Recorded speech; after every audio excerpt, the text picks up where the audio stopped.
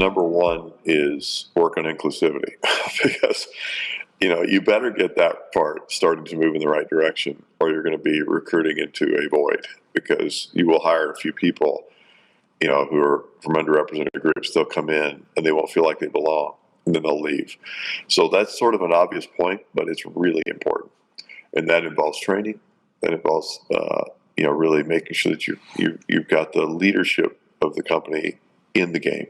So getting the leadership company fully in the game is absolutely critical, and that requires talking and focusing and making sure that the people have very candid and transparent conversations about diversity, equity, and inclusion.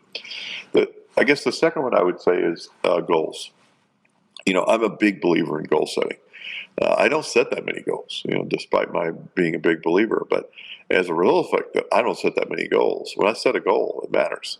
And if you set goals and they matter, it's a little bit like it creates hunger, like a desire to make a difference, to close the gap. And so if you have conviction around your goals, which you usually do if you don't have too many of them, you'll make them happen. So setting goals and making sure each person who, especially the top of the company, has specific goals around diversity is really critical.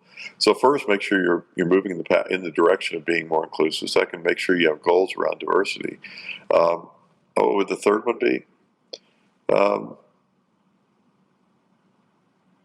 Maybe just it's a personal thing.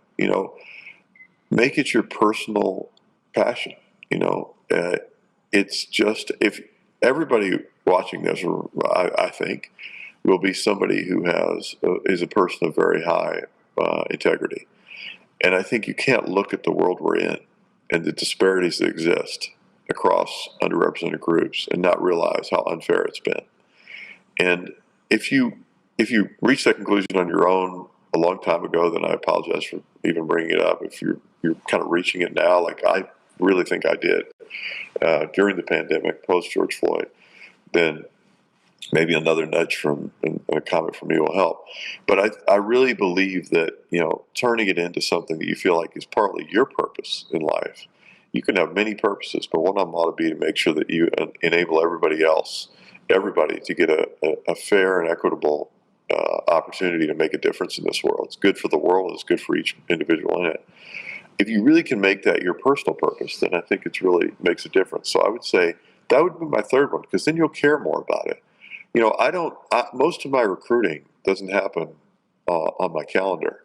It happens from me reaching out to people through networks, randomly, through LinkedIn, through someone that I met through someone, and really wanting to be a better person from a diversity, equity, and inclusion standpoint, a better leader, someone who's attracting great talent and keeping that great talent and growing those great people. So, because they'll attract more people.